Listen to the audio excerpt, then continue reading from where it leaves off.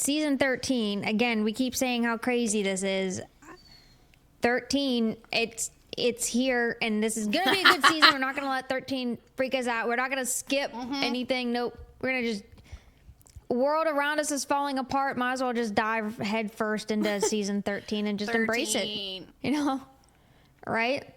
So we're going to divide this season up like we have in the previous ones because it works well for Laura and I. We're both full-time parents, full-time working, full-time this. And so we do a long episode, mini episode, and the mini episodes that we do in between the long episodes, they're all connected. They're all a series. So we pick a topic, and I guess we can talk about the topic real quick just to give you guys a heads up. But we're talking about, for the mini episodes, not today. So for the mini episodes, we're going to be talking about niche scientists and the bizarre things that scientists are studying out. And you guys know us, like, we're here for the weird. Yes, always. Always. So this first episode, for the long episode, I don't know if I would just say weird, but this is by far one of my favorite episodes that we recorded. This is another one that we've done way, way, way back at the beginning. But this is Could You Fight That round 2. And I'll add a ding, ding, bell in here. Yeah. Yeah, or like a redemption challenge for some of us. Yeah. So if you guys have not listened to the first Could You Fight That episode, there's so many funny things and one-liners, and that's one of my favorite episodes that we've ever recorded. I think it was in season 2, like way back at the beginning. Well, that's when we started all of our Could You. If you guys are longtime listeners, at least every other season we have a Could You. Could you fight? Could you drink? Could you something? Could you jump? Could you, whatever it is. And this was our first Could you ride that? Could you? Yeah, we did Could You Ride That was first, and then Could You Fight That was second. Yeah. And so I always pitch that episode to people whenever they're like, oh, what's a really good episode? I'm like, you know what? Could You Fight That? It's a great mix of science, but also just laughter. So if you haven't listened to the first Could You Fight That episode, put this one on pause, go back, listen to the first one, and then come back and listen to this one. And then also see how we've evolved. Right? Good Lord. In every aspect, from just mic, everything, how everything sounds. Yeah. Definitely different. So, evolved. Laura, you said you had some nature news. Oh, yeah. And then, so I'll go over nature news, and then Katie's going to go over the rules for the episode and the caveat of, like, rules of the we're fight. Not promoting violence. So, nature news, I thought this is very apt, especially for this time of year, which is why they posted it. But the National Deer Association posted this article called New Science, Rubs and Scrapes Glow Like a Highway Reflectors to Deer's Eyes. So, oh, interesting. It's the rut right now. For anybody who doesn't know, that's deer breeding season.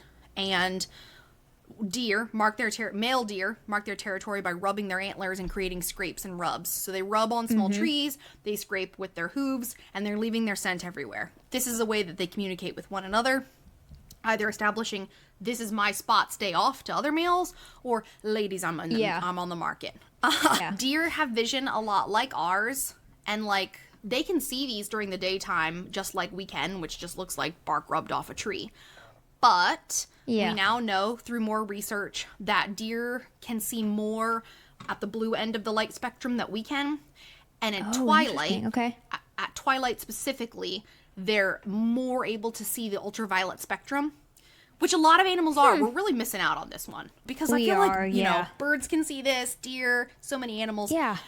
And so whatever, like, chemical, like, their scent gland that they're rubbing is creating like the ultraviolet reflection. So it's truly like a reflector. Blue, because that's how they're showing it on the pictures, like a blue glow. So at twilight, deer are crepuscular, so dawn and dusk.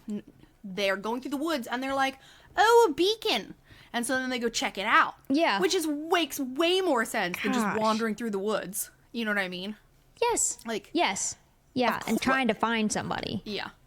So we might not be able to see it, but deer are out there just looking for glowing marks on trees. Once again, humans, I don't know what we did to curse the earth of just not being able to evolve as cool as so many other species. Yeah. But we've missed out. Like, we could have used that. You know what I mean? Like, man. Gosh. We traded our intelligence for so much. The cost. The cost of intelligence. We could have glowed. And honestly, most people aren't even that smart anymore either. So, I mean, what did we really trade it off for? I would rather those government leaders glow than, I mean, they're not clearly not intelligent. They might as well glow. Like at this point, that would be more useful, I'm sure, than what they're doing right now. So, we could have glowed. Could have glowed, or seen guys. glowing. Yeah. Well, actually glowed or seen or glowing. seen glowing. Now I don't know how that would help you in a fight because it would be kind of be the opposite because then you could really see the other person. Unless it's intimidation. Because I think of face paint. Yeah. You know what I mean? Yeah. That'd be pretty scary. Very well could be. Yeah. All right. So our fight. First off, as we gave the disclaimer for the first episode, the first time we did the Could You Fight That? Guys, we are not encouraging you to go fight animals. Please do not. That is so stupid. Don't do any of this. We wouldn't either. Yeah, don't do any of this. Hypothetical only. I would never. Yes. It's hypothetical. It's just to have fun. It's just to talk about the science of things. So yeah, guys, use your 2 cents. Disclaimer. Don't be idiots. Don't go do any of this. Don't go try to go do any of this. Don't be idiots. All right. But we have all thought about these things. Like, could you take? Oh, absolutely. How have you not? This is like the most common question. It was over the summer, which feels like forever ago, but it wasn't that long. The whole thing went across social media of how many, like 100 humans versus a gorilla. Yeah. And that, like, you know what I mean? That went waves and waves and waves. And so, yeah. So same thing, guys. It's all hypothetical. It's just fun. So Laura and I, we each picked a group of different animals. And we're going to give a rundown of, like, a little bit about the animal and then how we think we could fight it, or if we could. We had some rules. So the first part 1 we did this, we said no cage, no weapons. So it's can't have a weapon because that's just unfair. Yeah, it's totally. But or then gear, this like time, of any kind, basically. Like, no gear. And you must be in the cage. Like, the match is forced because we all know that half of these animals are not actually going to fight us. Yeah, they're just gonna run away anyway. Yeah. So it's a quote unquote cage match, no weapons. But then for this time, we added in like a 20% weight roll. So 20% up and down. And let me look here. So mine was like pregnant me. Mine could go anywhere because I did my pregnant weight because I'm like, well, I'm writing this now. Yeah. So I could go anywhere from 140 to a 200-pound animal. Oh gosh, I didn't do the this math. Sucks. Your animal can be so much smaller than mine. I mean, I was just gonna say, I was like, yeah. Well, I mean, but I think the animals I chose because again, it's male versus female. There's a huge range there is a big there. range for some of these. Yeah. Mostly I have to fight dudes. Second. Like I gotta fight the male of the species. Gotta for fight. Laura's like, I gotta fight the dude. I gotta fight the man. Okay, yeah, I'm good for all of mine. Yeah. Well, because I just eyeballed it because we said a weight gap, and then I was just like, me, like this works. Yeah. And I'm not gonna like. Well, actually, you're 5 pounds off. Out of my weight class. Yeah. Alrighty, so if you guys haven't listened to the first part, I'll summarize it in one sentence. Laura chose the flight response, and I chose the fight response. Yeah, I fought response. until I could run. Like, if I assumed I was being attacked, and Katy assumed she was attacking. Like, yeah. Katy went in with prejudice. Yeah. Yeah, right. Which I didn't think about, but it was just, yeah. So this time, I tried to scale back on that. And I tried to go forward. Okay. So we might meet in the middle a little bit more. Yeah. Okay. Here we go. All right. So do you want to go ahead and go first then? Okay. So, like always with these episodes, we're pretty strategic. I think both of us are. I'm not going to only choose mammals. I'm going to open my horizons. I'm going to fight the whole animal kingdom, not just mammals. So, I need to fight more than just mammals. Okay. We'll start with a mammal, though, because that's definitely what I have the most of. We chose 5. I'm going to start, since I just did nature news on deer. That's what I'm going to start with. I said that I could fight a fallow deer. Okay. So, specifically, I chose a fallow deer because I was like, a lot of our listeners are from the United States, so they probably already know white-tailed deer. I wanted to tell you about a fallow deer. Yeah. So, a little bit of natural history and then how I can do this. So they are from Southern Europe, Asia Minor, along the Mediterranean, and even into Northern Africa. That's where they were. Now they're literally everywhere because they're like a game species. Yeah. So you can find them pretty much everywhere. They live in a variety of habitats, but if you give them a choice, they prefer old broadleaf forests and grassy mixed areas. What do these deer look like? Well, they look like a deer, but what makes them different than other species is that their front legs are like slightly shorter than their back legs, so their butt is a little bit up in the air, which I think is funny. Males have very prominent Adam's apples, and that their antlers are not like whitetail, they're more like a moose. They're called palmate antlers, so they look like the palm of your hand. They're like broad. And they can be anywhere from 19.5 to 27.5 inches long. Significant. Okay. Colors can vary. They're basically always darker on the back than on the belly, but they can be brown, white, gray, or black, and they can have spots, no spots, like, again, varies. They are between 66 and 176 pounds, depending on male or female, and time of the year. Like rut, they bulk up. So I'll be fighting a male. And they're herbivores, so they're not carnivores. They're not out to get anybody. They're just eating their grasses, leaves, nuts, and acorns. Right. Males are usually solitary until mating season, whereas females and fawns and their kids from last year hang out in small herds of up to 14. They're typically a shy and withdrawn animal, just like all deer, you know. Females are typically more alert than males, and they're generally more alert in open areas, which we'll come to that again. And then finally, last behavior is the rut. Can be very violent, but usually it's just shoving and not injury. So, like, the males aren't even out for blood with each other. They're just trying to shove off so they can get the ladies. Yes, yeah. All right, so that's what a fallow deer is. Now, how am I going to take one on? So, per the weight class rule... I feel like this is another leg snapping situation here. Yeah. I'd have to fight a male, which is actually a good thing because I think... Like I just said, males are typically less alert than females, so easier to jump because they're not paying attention. And then, although they go crazy during the rut, this is the time when I would choose to do it because I feel like they're just lost in lust-filled fog and would make stupid decisions. Right? They're just some bros looking for the ladies, not ready. They're ready for a fight, but they're not ready for my kind of fight and might stumble into something. They're sexually constipated, so their brains are not thinking about... short-circuiting. And I'm going to try and use that to my advantage. I would be in a forest, because remember, I also said they're more alert in open areas, and they like forests. So I'm going to hang out in a forest. I'm going to use female hormones to draw in a male, making him more crazy and unpredictable. And then I'm going to hide behind a tree. And once I'm ready, as they walk past me, I'm going to jump out, grab onto an antler, and then try and jump on their neck and tackle them to the ground. You really did put a lot more effort into the violence section of this one than Like, I just want to take him to the ground, and at the same time that I'm doing that, I'm also kicking out those spindly little legs. Yes. Again, those front legs are shorter than the back legs, so they're already front heavy. But they're also like toothpick legs. Not like any deer legs are like stocky. You know what I mean? And they're not pretty. That, like, I mean, we're not even. I'm still a bigger animal than this animal weight wise. Yeah. So although they're weeded out at this point and strong necks, I still think I could use the momentum of them walking, kick at the legs, take them to the ground. If that doesn't work though, and I have to jump on to the defensive, I would use cover. And I would run in zigzag patterns because males typically lower their head and charge in a straight line. So, all I have to do is make sure that I'm not standing directly in front of them and use cover to my advantage. So that's how I would take them. Okay. I think that would be... I think that one is definitely doable. That one's definitely doable.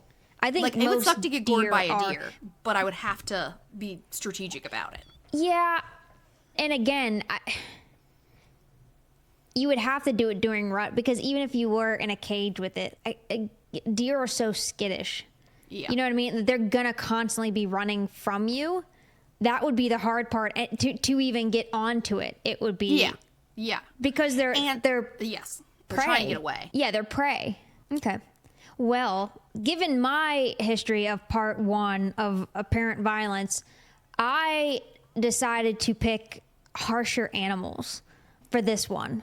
So for this round. So the first one I have is a giant anteater. Okay. Ooh, so that's terrifying.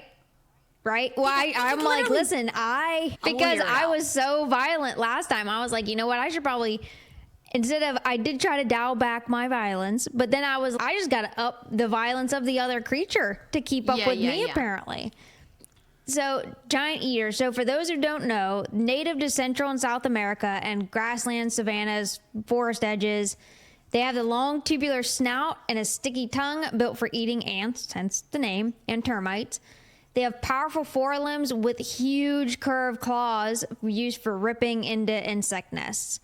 They can reach approximately 6 to 7 feet from nose to tail, but usually weigh about anywhere from 60 to 140 pounds. Okay.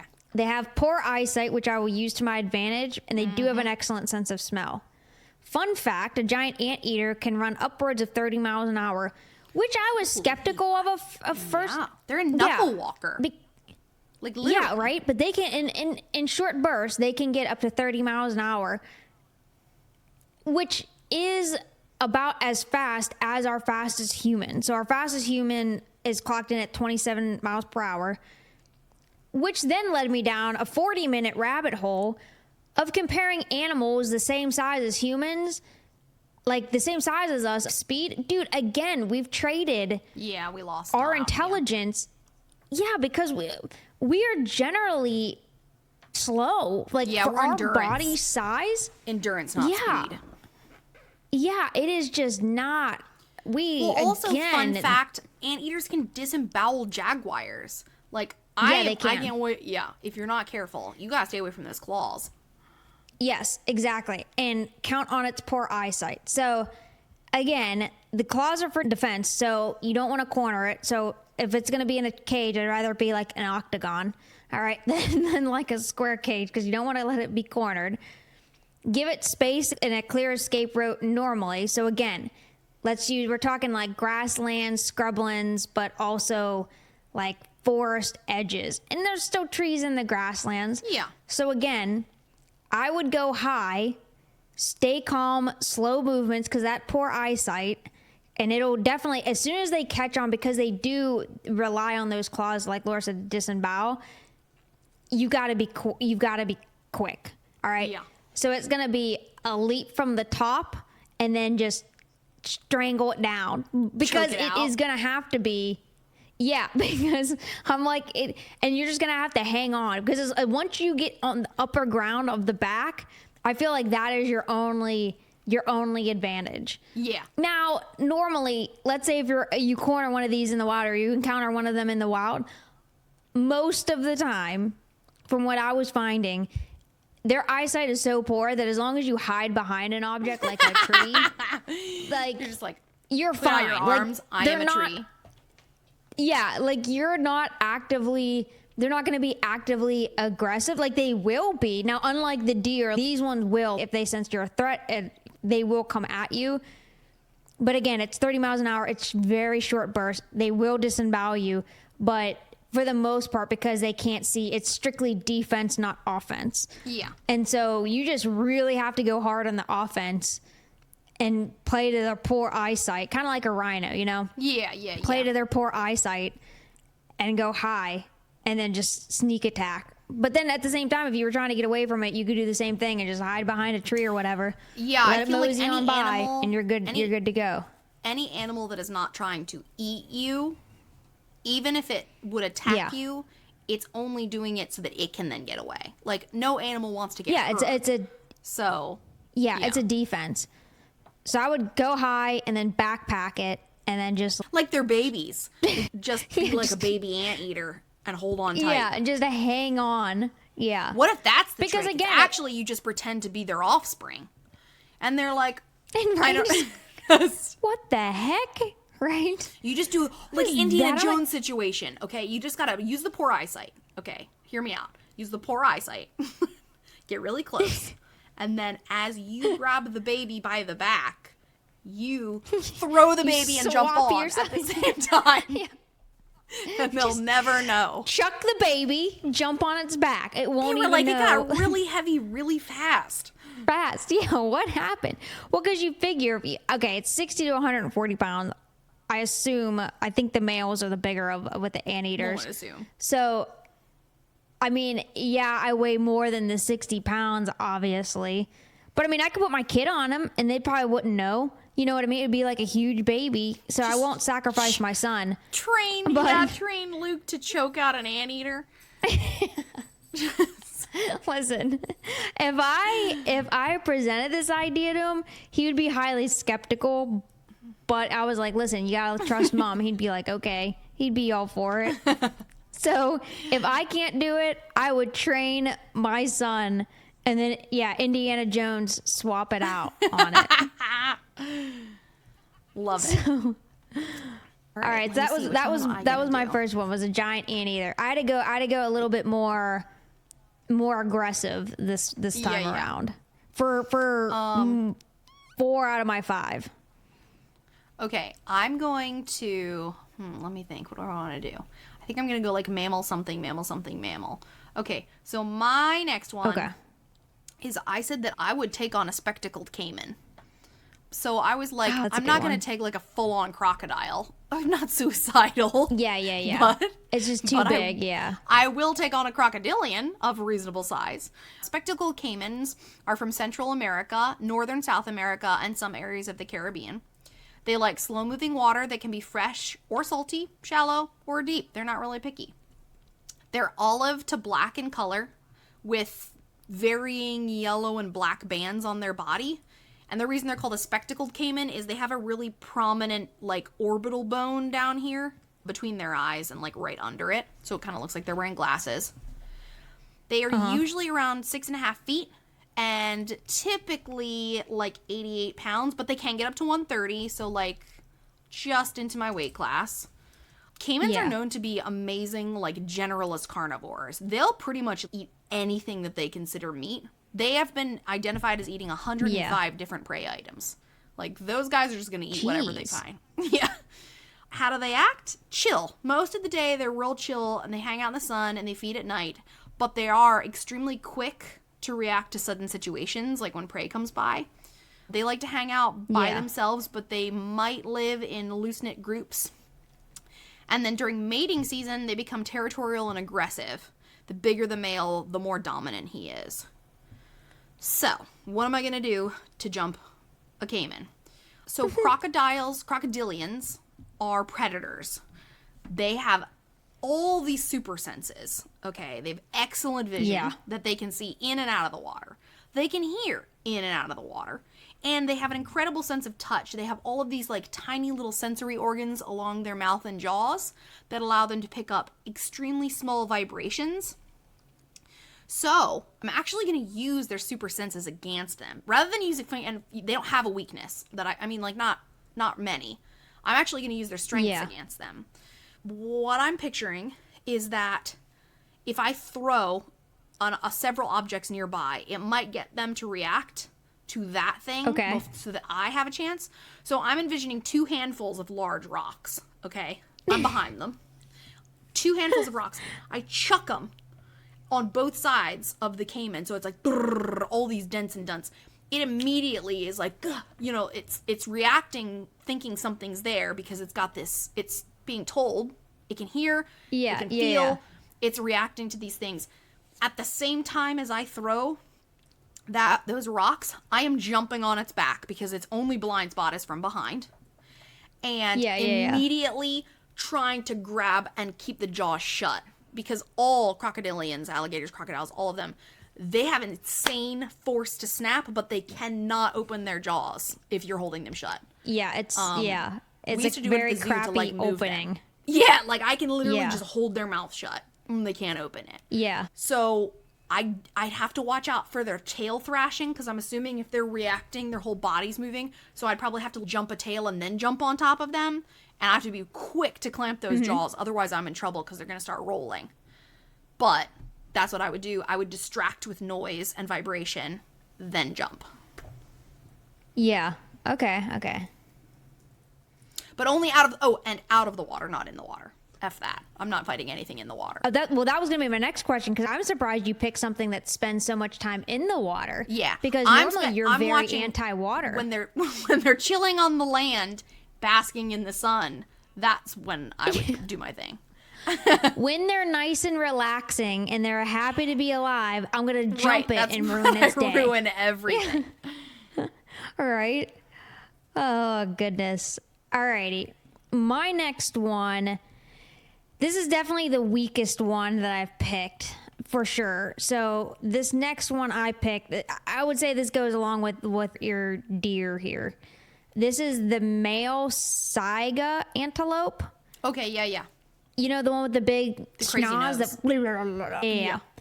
So they are found in the steppe, and they're in the steppe region from Central Asia. They have that distinctive bulbous trunk-like nose that filters dust and warm. Yeah, it's absurd looking. Yeah, it is absurd. But the science behind it is actually pretty cool. So males are just under 3 feet tall at the shoulder. And like I said, it would be specifically a male because the females are like incredibly tiny. But so they're just under 3 feet at the shoulder, and then up to 4.5 feet long, weighing just over at max 110 pounds. So males are larger and definitely, just like Laura's the deer, can be aggressive during rut, which is the mating season. Speeds and endurance is adapted for open grassland life because it's where they live and need to survive. And let's see here, they can run upwards of 50 miles per hour. So definitely faster. Fast. Which again, same thing with the deer. It would be like being in a cage plays to our advantage on this one. Okay, so obviously, again, because this is a prey item, not a predator in any sense of the word, normally whenever you... First of all, you think about where they're found in Central Asia. There's no cover. There's no cover. So they literally are built to see things coming at them. And then they are going to run because they can see things so far away coming at them. For you to even get close enough to it, like... You'd have to be laying in the grass. You would have to be laying for a long time. And again, they're prey. So they're built to pick up on and sense everything around them. So it would have to be like no smell, no movement, no nothing here. And really, again, it's just like, as long as, because they are prey, as long as you appear non-threatening, like they're still going to run. You could probably lying on the ground, and if they see you, they're going to run anyway. But the only time, like Laura was saying with her deer, is that during rut season, whenever they're displaying or charging, that would be like, you would have to have a male in rut for it to have any form of aggression. So because of this region and the grasslands here, you'd have to use any bit of elevation to your advantage, of course. Again, take the high ground. Yeah. I have any high ground that you have. And for me, and again, I hate saying sweep it out at the legs, but their legs are so... They're made for that. Yeah. Yes, like... It's that or like shove your fingers up their nose hole. and like drag it, swipe it out at the legs, shove your fingers up your nose and just pull it down. So this one, again, when I was reading things of, they can be very, just like a deer, like it can be very aggressive. Yeah, man. I mean, a deer can F people up. If you've seen videos on YouTube, like... Oh, yeah. I mean... And most of the damage that deer do, at least we're in the Northeast where we're from, like they're the hooves, but the car freaking, but that's just like their size. They're not trying to fight a car. It's just the size, because they are big, but the hooves and everything. And so these are very similar. So again, it would definitely, for me, I was like, all right, this is definitely the easier one, because they can, just like deer, be very aggressive. But at the same time, I don't even know if what you could do to provoke it that badly to actually get it to fight. You know what I mean? You would have to instigate, and that's what I'm saying. Or like smell like another male, just put pee all over yourself of another dude. Like, yeah, but I don't even know if that would do it, because if you're bigger than it, height-wise, tall. Yeah, they would be like, oh, shoot, this is a huge thing, and it smells like another male. So this is definitely my easier one, but definitely take the high ground, sweep it out of the legs, and it's just it's gonna be done for. The old spindle leg sweep. Yeah, right. But if you guys want to read more about them, so it's SAIGA. They're like incredibly endangered, right? Yeah, they are. Yeah, so that would be horrible to yeah, you're just fighting anyway. endangered species, taking them out. Why did that one die? We had this one idiot biologist, and she thought she could take it. Yeah, she was on the flat grasslands, found the one little hill, and just jumped on top of it, grabbed it by its bulbous nose, and just took it down. But the science behind like the cooling system that it has because of that nose is actually pretty darn cool. So definitely check them out now. And I feel like I know that they've been in planet Earth and stuff like that because like they are migrations and because they are a pretty cool species. So yeah, the Saiga antelope. All right, I am going to also do my easiest one. You might have thought it was a deer, but it's not the deer. The easiest one, because a deer could wreck you. I don't think this animal could wreck me, but I would fight it, and it's in my weight class, is the capybara. Oh my god. I feel like this is unfair. I know, but I was like, it's in my weight class. Okay, so it's the world's largest rodent from South America. This is like showing up to a wrestling match and they're a really nice kid and you're like, I can't fight this. I feel like this is the same situation where you're like, 100%. Capybara. Yeah. So big giant rodent from South America. They always live near water and with flooded grasslands being their favorite place. They look like a giant guinea pig. They're reddish brown on their back and yellowish on their belly, barrel shaped, no tail, partially webbed feet, and all their eyes, nose, and ears at the top of their head like a crocodile since they're mostly aquatic.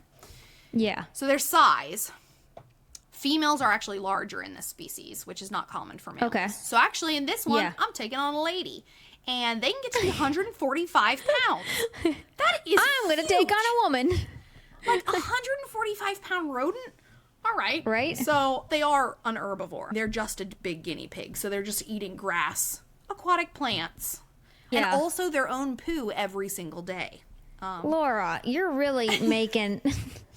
not a good case for these poor guys of just completely defenseless. Poop eaters. No. Yeah. Just insult their feelings, if anything. Their behavior is that they live in mixed sex groups, typically of around 10. And group living for them is a must. If they're not in a group, they can't find Laura, a mate. because they're so defenseless. Like they have to.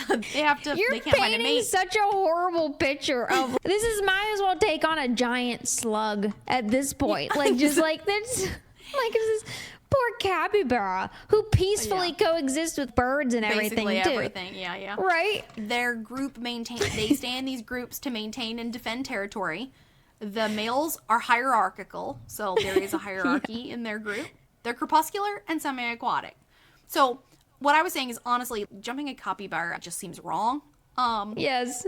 It would have had to have done something really messed up for me to seek a fight with one. So I was trying to think of what would. To be fair, rodents can be real jerks, okay? Like they can hamsters, be, yeah. Guinea pigs, no thank you. I've never met a mean capybara, but I don't know. Who knows what it did to me.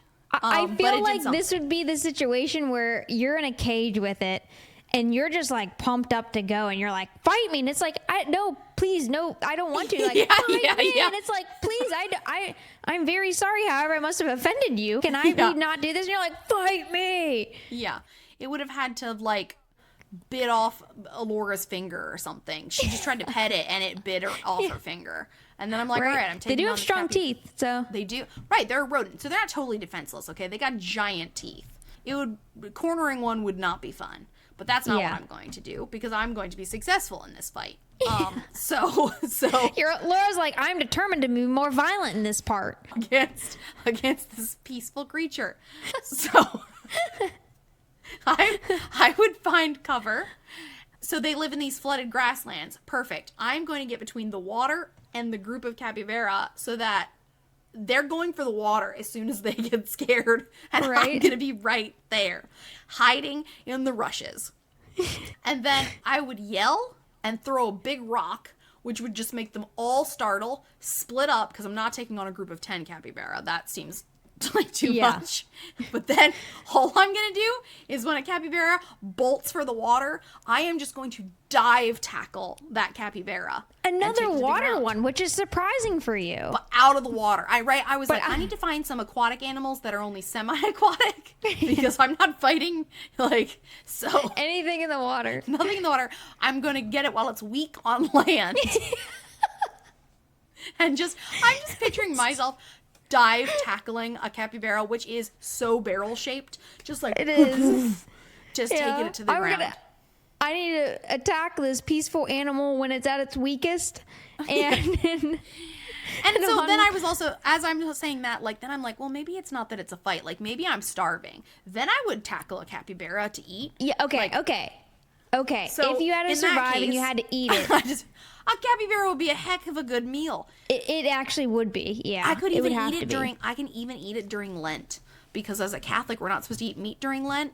But somebody in South America made the exception that because capybara are mostly aquatic, they count as a fish and not as meat. That is so funny. No, so people can eat capybara during Lent. All year round. As long as it could be during Lent, it's fine. You can eat it. Yeah, so I'm still gonna eat it. I'm still gonna. So I think that would be the approach, because it is such a peaceful animal. But I feel like it would put up a fight if you're trying to kill it to eat it. You know what I mean? Yeah. Like, with no weapon, I'm still gonna. I'd have to dive tackle it and then choke it out, which would be really fun. Like, right? I would be just as scarred as the capybara. I'd be like, I'm sorry. Right? Yeah. It's for me. I have to survive because I'm just crying. Because it was just snuggled up with four of its kids. Yeah. Just. Because they are such peaceful creatures. Yeah. And it's so barrel-like. You see them snuggling with everything. Yeah, they just look cuddly.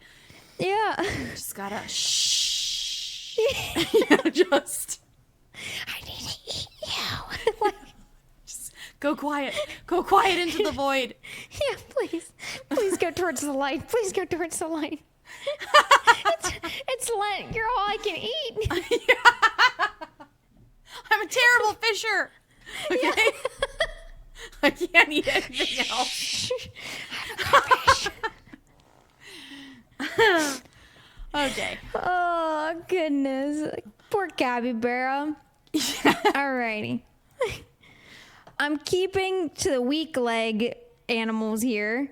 All right. And this one I still think is going to be, again, put up a fight. This is the more vicious of the hooved animals. And it's going to be a vicuña, which is the wild relative of a llama. F that thing, yeah. Right? Which I knew as I was going through my list, I was like, man, this is the one that Laura will be like, forget that sucker. Yeah. So they're a South American camelid. But again, I was like, I need to pick more aggressive. All right? Yeah. So South American camelid, found in the Andean highlands. They're fairly light, considering the other camelids, I should say. Yeah, it's like alpaca, then vicuña, then llama. Yeah, so these ones are around 90 to 120 pounds for wild adults, but they are valued for their extremely fine wool. I mean, these ones aren't endangered, I don't think. Height-wise, it's around 3 feet to the shoulder, and then add another 2 feet for the noodle that holds up its noggin.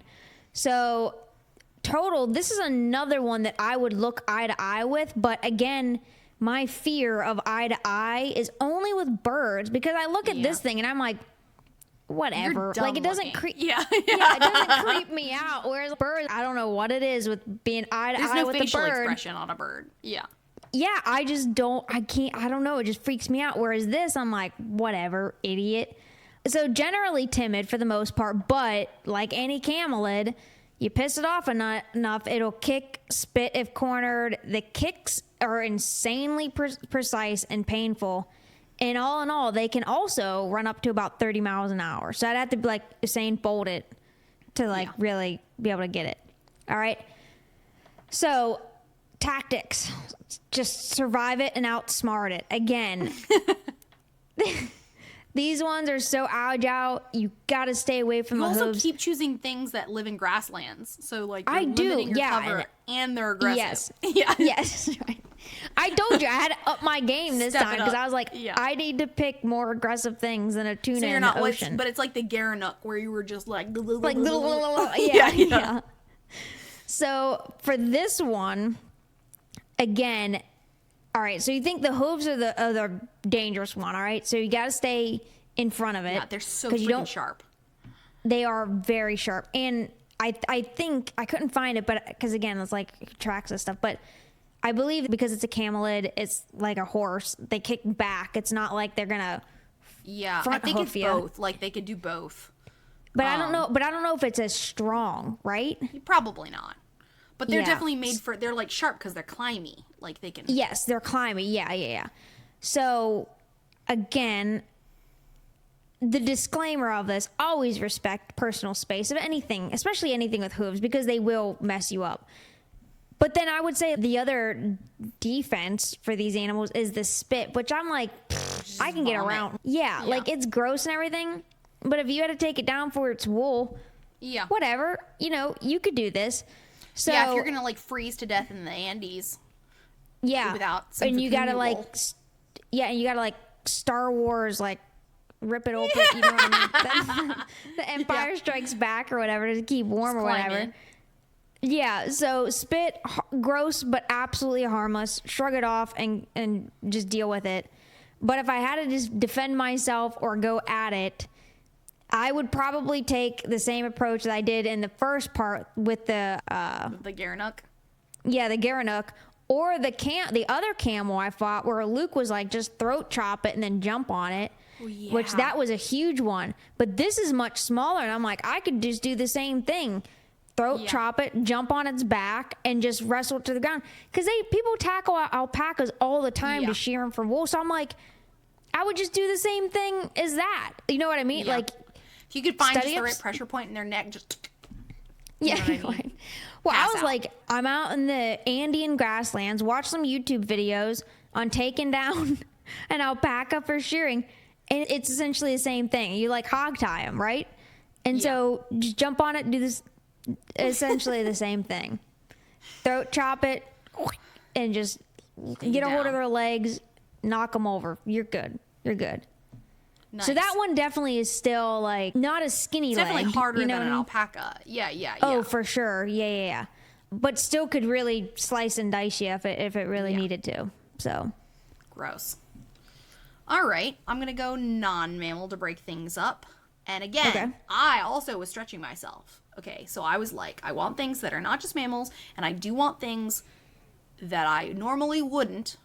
So it's another aquatic animal. But I was Wow. like, okay, chatbot, like I need shallow animal. Like, shallow. so this one is the giant Like Pacific ankle octopus. deep water. Yeah, nope. Giant Pacific octopus. Go big or go home. Yeah, right.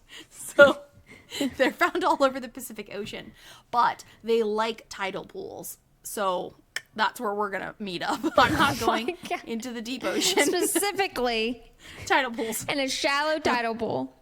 They live in a den or a lair, which is a rock crevice or under a boulder. And they're typically reddish in color, but of course they can change color and texture Yeah. because of being an octopus. They have two eyes with amazing vision on I loved how they described a sack-like head. It's like, ugh, that's an unfortunate way to be described. Yeah, right. They have 8 legs with up to 280 suction cups on each leg. And they have a beak God. hidden under all of that they're like eating See, with. that to me is the creepy part. But That's if they're the in a scary shallow part. Oh, for pool, they're sure. not like, they're Yeah, not their yeah. full form. You know, they're gelatinous. Yeah. They can be huge, but Oh, yeah. average weight is 132. So I'm taking on an average octopus. 132 pounds? All right. Their diet But Laura, is, this animal also doesn't have bones. So like Yeah. it's 132, you're right. It's 132 pounds of muscle. Right. Yeah. Okay, you're right. of jello muscle. Of jello muscle. Strong muscle. They mostly eat clams, crab, fish, and squid, and they're ambush predators. And then lastly, their behavior, they're solitary, but And they might even just stay at home in their den for a few weeks. They're real homebodies. They're timid and rarely aggressive unless challenged. So I'm just picking on the introverts. But they're big. The biggest, most defenseless animals that you can think of. I'm like, all right, let's pick stuff that can kill me. Laura's like, I need to passively kill it. Like how can I? Or at least just take it down to say that I did. Right. So there is a 0% chance that I would pick a fight with an octopus in deep water. But as I said, oh my gosh, yeah, tidal pools. So I feel like I could have a chance there. And there's two scenarios. There's two scenarios that can happen here because yes, they are timid and rarely aggressive unless challenged. So I might just meet an octopus with a bad day. Like I could be like poking around in a tidal pool, poking around in one of their dens, and all of a sudden, pow! Like they're offended and they're gonna take me on. So if that happened, they took offense and started to wrap me up. Here's my plan. So first, stay calm. Secondly, they're going to use those suction cups on their arms to start grabbing you. And the only way out of them is to release the suction. So you immediately have to start pulling your arms in and then getting your hand to like get the suction cups off. You can't pull away though. You have to actually move in closer to them, which is terrifying. But that actually will loosen the suction. Yeah. Yes, you have to get closer to the beak in order to get away. Yeah, that's terrifying for any clams that are in the ocean because that's all that it eats, Laura. It's like and crabs, fish. So I would be getting my arms and hands on the tentacles, moving closer to its body, and also attempting to walk towards dry land. All right, because that's my place, and then not theirs. Have there ever been reports of these attacking humans in the water? Because I know octopus, there have been accounts, but it's more like they grab onto like a diver's mask and it pulls out their breathing apparatus kind of thing. So that's been more of like... Apparently, unless challenged. Like, I think if you were poking an octopus, it would get pissed off. Yeah. Yeah, so like, I mean, but I don't think it's trying to eat anybody. But yes, they have occasionally become aggressive. But once you get them on land, they're strong, but that's not where their buoyancy isn't there, so they get tired very fast and drop off. Yes. Oh no. Gosh. So that's if it attacks me. Okay. If for some reason, I have no idea the circumstances, but if for some reason I needed to go after an octopus, I don't know, its family has a blood feud against mine, whatever. They hate bright lights and bursts of air, which scuba divers actually use to their advantage. Flashlight. So I would come to the tide pool with an LED strobe baton and some kind of air blaster, and I would just start blamming it into rock crevices. Yeah. Just strobing like a rave as I'm blasting my like air pressure hose. Just overload its senses and then chuck it up onto the land. Well, I mean, traditional tribes who do eat like octopus and squid and stuff like that's how they get them under rocks in tidal pools is you put a hose tube under it and then you blow it out, like blow at them, and they're like blah, blah, and but they crawl out because they're basically on land at that point, and so they drag themselves out from under the rock. But that's how you get them out from under the rock because that's what they're naturally going to do is hide. Just they hate raves. Like they don't like lights and they don't like air. So yeah, that's how I would either survive or thrive when fighting an octopus. Right. So my last two. Here we go. Again, because I had to choose something, I had to up my game. I have noticed that a lot of my favorite animals are traits that I admire in myself. I'll just say it. So these last two, I wouldn't want to fight, but if I was forced to, I would have to. So my second to last one, red kangaroo. All right. Okay. Because it's a respectable again, animal to try and fight. Exactly. I love kangaroos. All right. Love kangaroos. So they're the largest living marsupials on Earth. Males can stand over 6 feet tall and weigh up to 200 pounds. Yeah, so this is one I would have to do a female because males just would get huge. destroyed. Yes. I've they seen live in a male jump, like when I worked at some place, I saw a full-size male attack a human man, and it was, it jumped him from behind and started punching him in the head. Yes. Yes. I was like, holy But crap. again, I gotta up my fight game here because I wanted to pick things this time around that I wasn't the aggressor. That it's more of then putting me in a survival aspect, if that makes sense. This is one that would actually fight you. Yes. You know.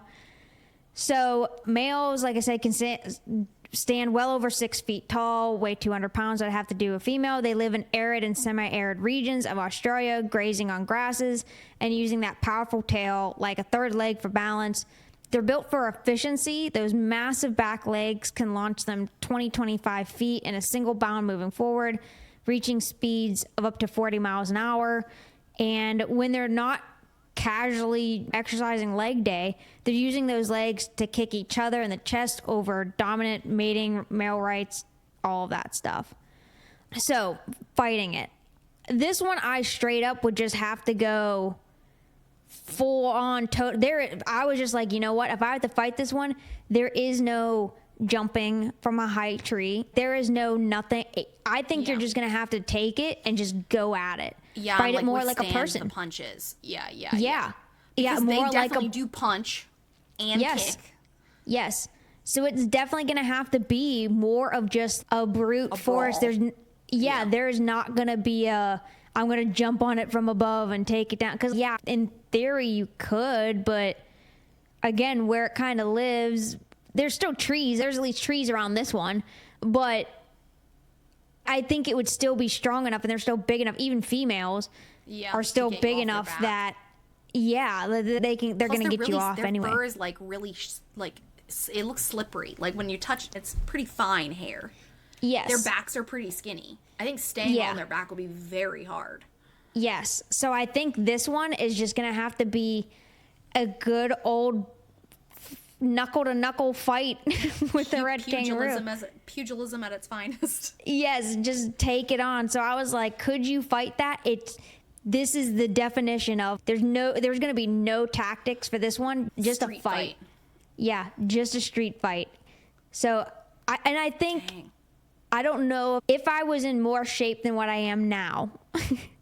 You're like against a female. Yeah. I maybe could.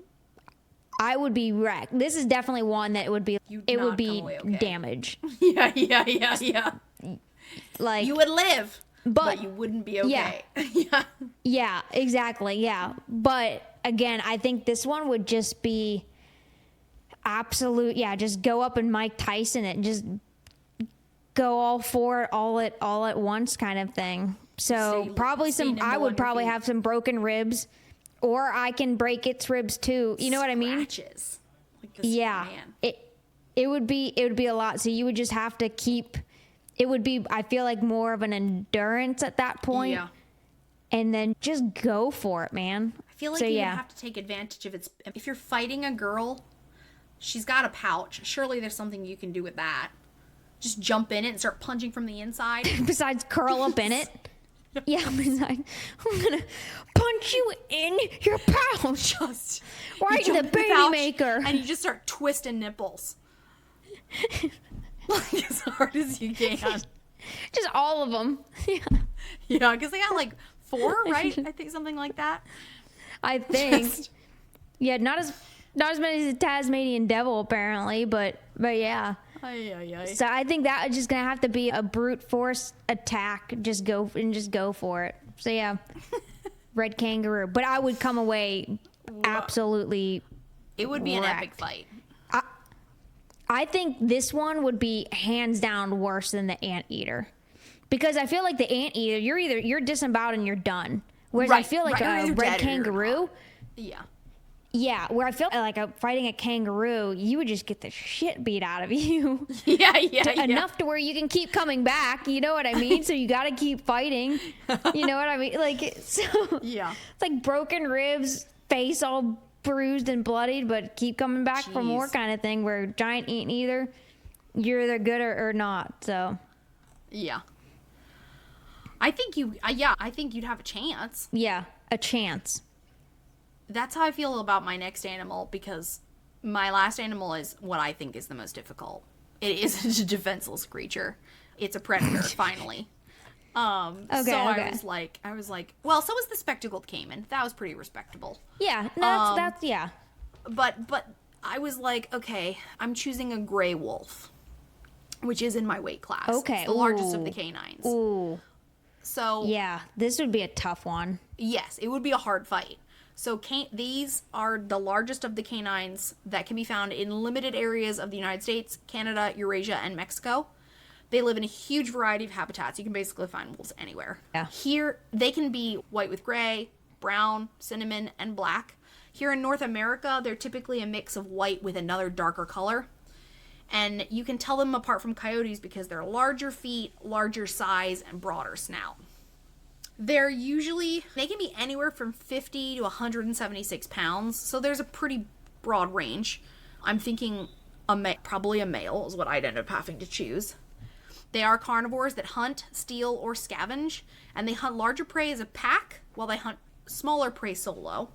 And they do live in these packs, typically of 5 to 9, and it's usually just an alpha pair and their offspring. It's not like these huge packs that I think a lot of people think about. And I know we've covered wolves before in the past. I don't remember how, but we did. Yeah. But it's not a whole bunch of different kinds of... It's usually just a family. But it is very hierarchical. So let's be real. I feel like we've all thought about how we would take on a wolf or wolves, at least at some point in our lives, right? Could you survive in the Canadian wilderness if you were attacked by a wolf? Yeah. Watch Bolto, like whatever it is. You've thought about fighting a wolf.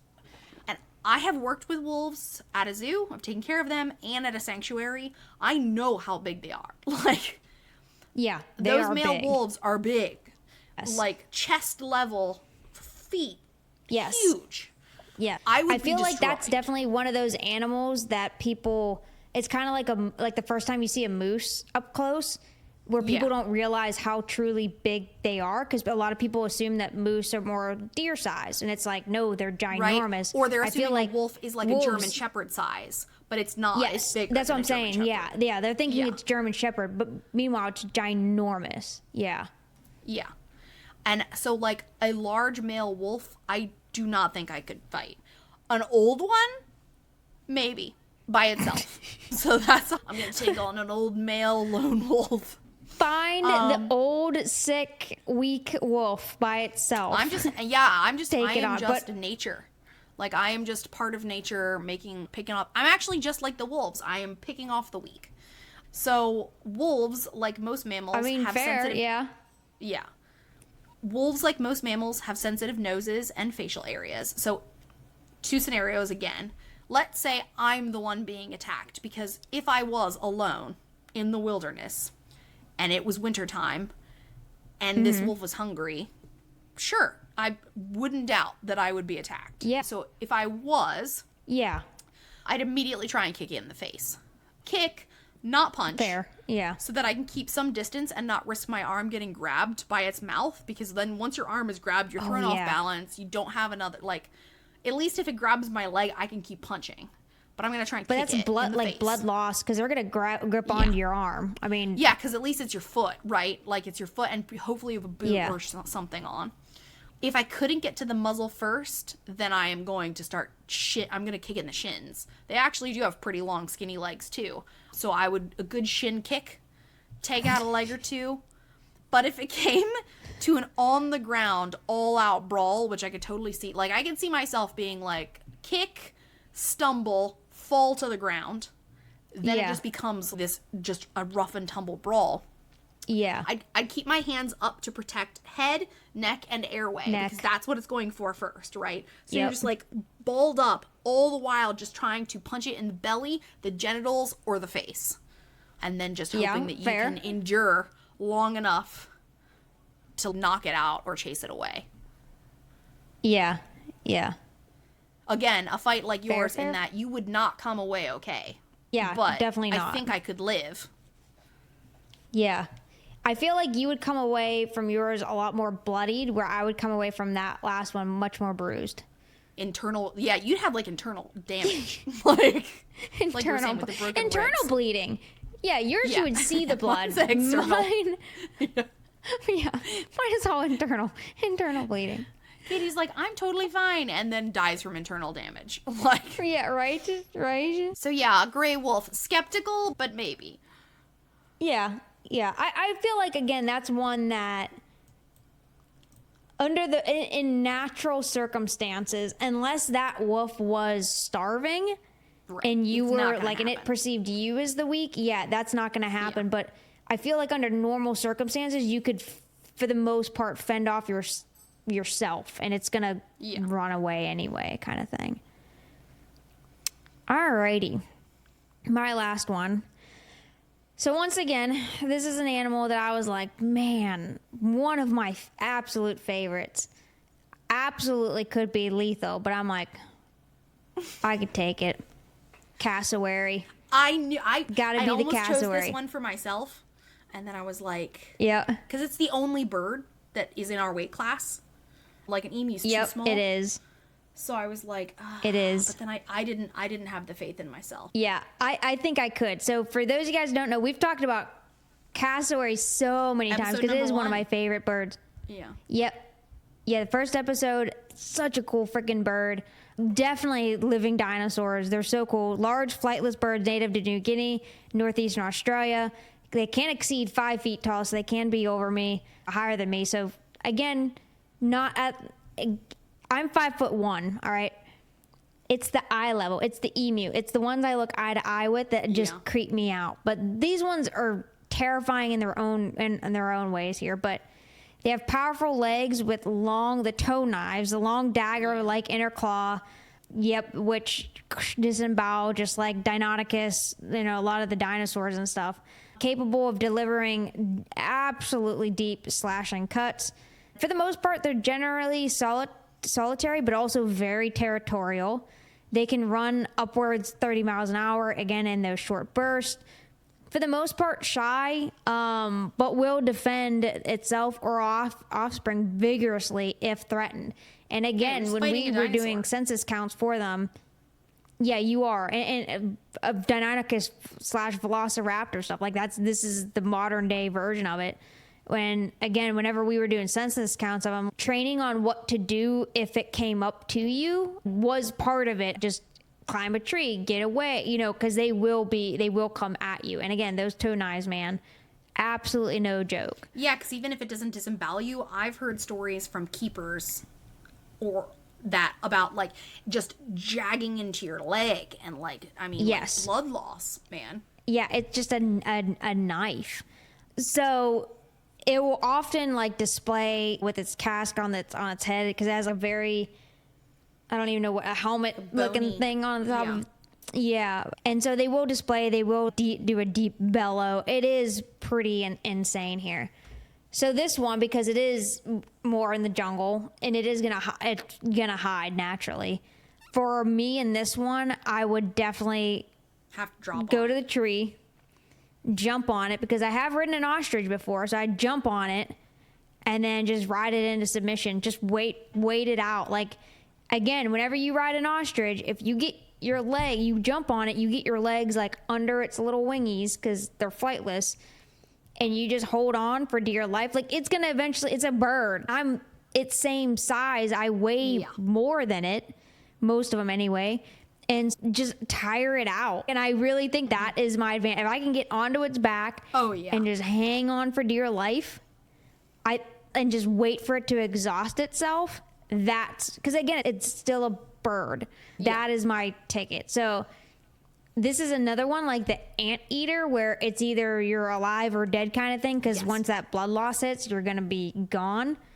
But at the same time, coming at this bird from the front would be a mistake. Because even if absolutely. it didn't have a toe knife, the power of a kick, too, man, I feel like could oh break my a rib. God. Well, because it has huge feet, because it's not like a stork or an egret or a great blue heron. They're So it doesn't solid. have like tiny...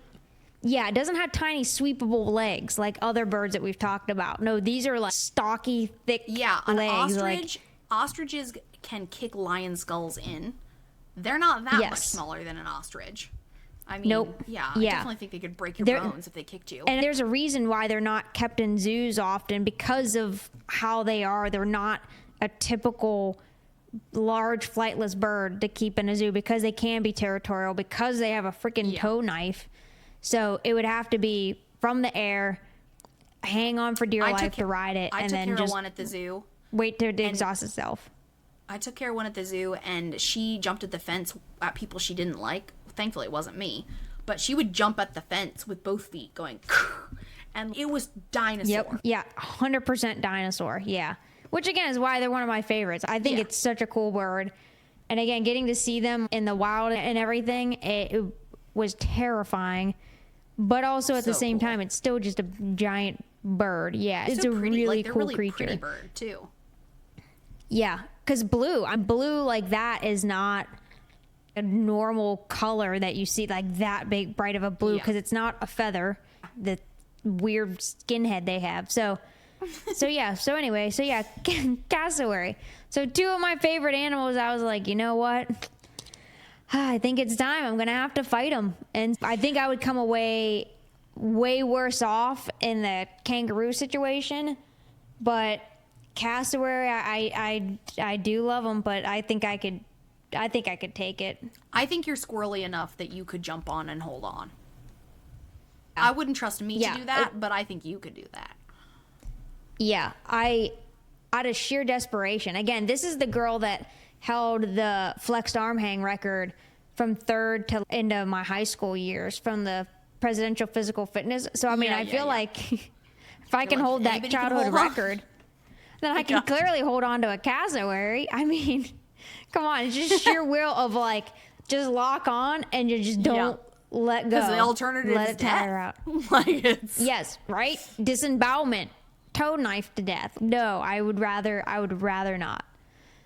So, all right, guys. Well, that's all the animals we have for you. Again, this is all just hypothetical, all just fun. Don't jump any animals. I feel like we should not have to say this, but every summer in our national parks in the U.S. here, some idiot proves us wrong that they're like, let's walk up to a bison. No, guys, just don't approach animals. People really think that they could fight a chimpanzee and like stuff like that. Yeah, guys, stay away. Animals, for the most part, they don't want to be near you. They see us as predators. They don't want to be near us. They will go away. And again, if one does start to approach you, just get away from it. All right, so just don't do anything dumb. This is all just in fun and in jest. So yeah, next week we start those mini episodes of the niche, and we won't be fighting animals in those ones, thankfully. So no blood should be shed in any of those episodes. So until then, make sure you guys go check us out on Patreon. Support us if you can. Follow us on social media, Wildly Curious Podcast, and we will talk to you guys next week. Season 13, let's go.